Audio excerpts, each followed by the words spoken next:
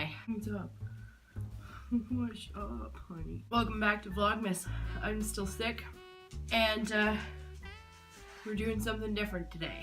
So last year, I did 2 episodes of reading Christmas scary stories.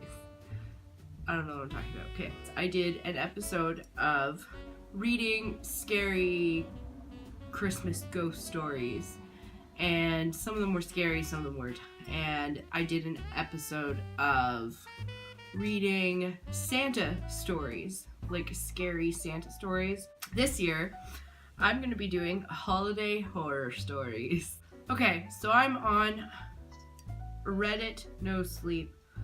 We've got some holiday stories. Holiday horror. This is a creepy story from my childhood that I've never told anyone. It was the holidays, and I was about 6 years old and spending Christmas Eve with my dad.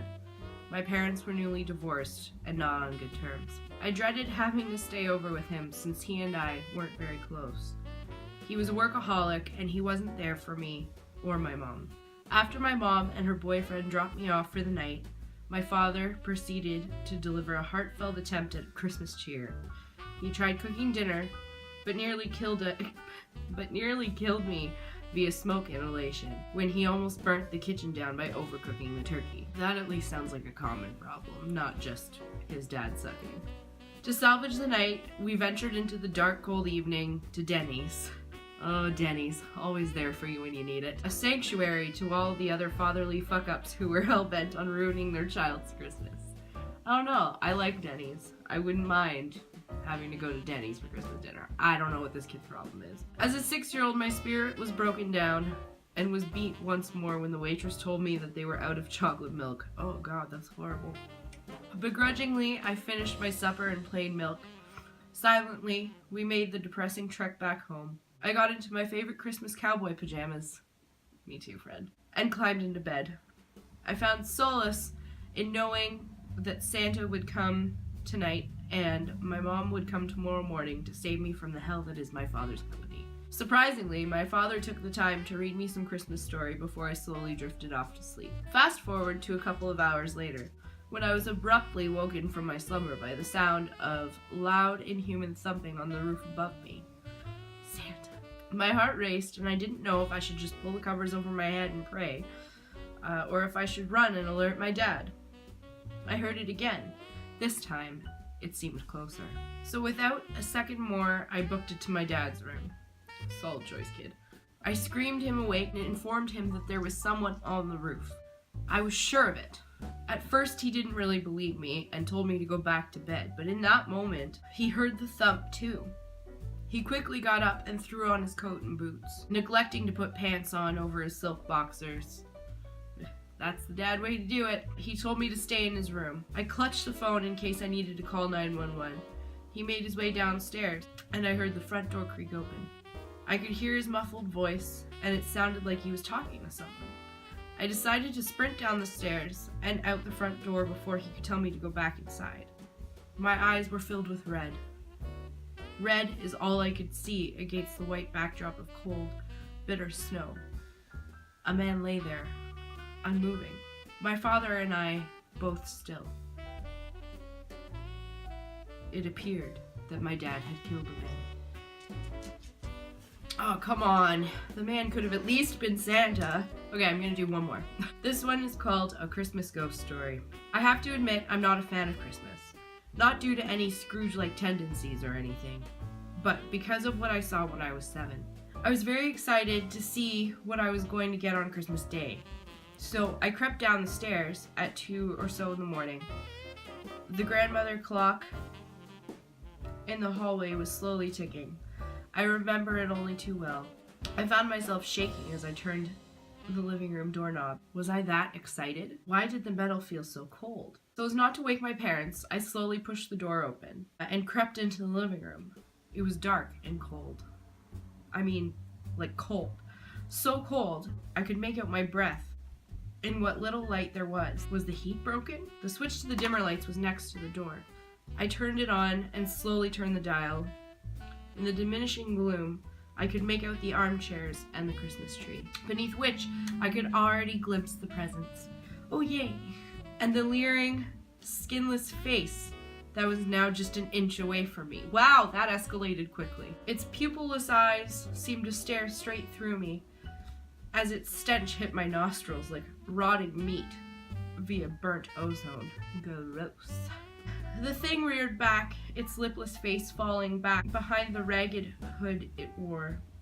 It turned away and lurched and limped towards the tree. I could see more of it now. It was stooped and withered, draped with the rotting rags of what I guessed must once have been a robe. The thing seemed mesmerized by the tree, its head swiveling eerily from side to side as it contemplated what was before it. Ooh, shiny. Then it turned away and looked directly at me, lifting a bony finger up to its face, where its lips may once have been. I was rooted to the spot I was standing. I tried to scream, but no noise came out. Finally, I managed to slowly retreat. Turning off the light as I went, I closed the door quietly and crept up the stairs, too petrified to do anything else. I feels you, bruh. I ran to my room and hid under the covers. Only then did I manage to finally, silently sob with fear. The next morning, I put on a brave face and pretended to be excited as I unwrapped my presents with everyone else. Mom must have known there was something wrong, as she asked if I was okay. I lied and said I was just tired, as I couldn't sleep the night before, as you do when you're 7 on Christmas Eve. That's fair. She hesitated for a moment, but brushed it off as we picked up all the torn wrapping paper left behind. But all I could think of was that thing I saw the night before. I barely played with my new toys. I just kept seeing its face every time I closed my eyes. As the years have drawn on, I've pondered in some detail. We've forgotten what Christmas really is. It's how we used to survive the darkest, grimmest times of year. That's what all the tinsel and merrymaking and Santa Claus all stems from. That need to shut out the darkness and the howling blizzards outside. Oh, this is turning real deep. Yet, I think there's something else too. All that crap about Christmas being magical is true. We dress it up with elves and reindeer and red noses, but it's more than that. There's a reason why we used to tell ghost stories at Christmas, till Halloween took over. It is the one point of year where the boundaries between this world and others are at their thinnest. No wonder they have a festival and nativity this time of year, consciously or not. We're warding off the horror that seeps in our worlds during Yuletide. This guy's on to something. Maybe all the rituals, tacky though they are these days, appease the things that wait and ward them off for another year. What's a Christmas tree but an old pagan totem decorated with candles? A ward? An appeasement? These days, I just blot it out of my mind and then pretend I'm a Buddhist or something. But there's one last thing I will never forget. All those years ago, the next night, the scrawled note I found under my pillow. It just said one word. Shh. Well, I think that's a good story to leave this on. Give this video a thumbs up, guys, if you liked this video. Do you guys have any creepy Christmas holiday stories? I'll leave you with that. And until then, we'll see you in the next one.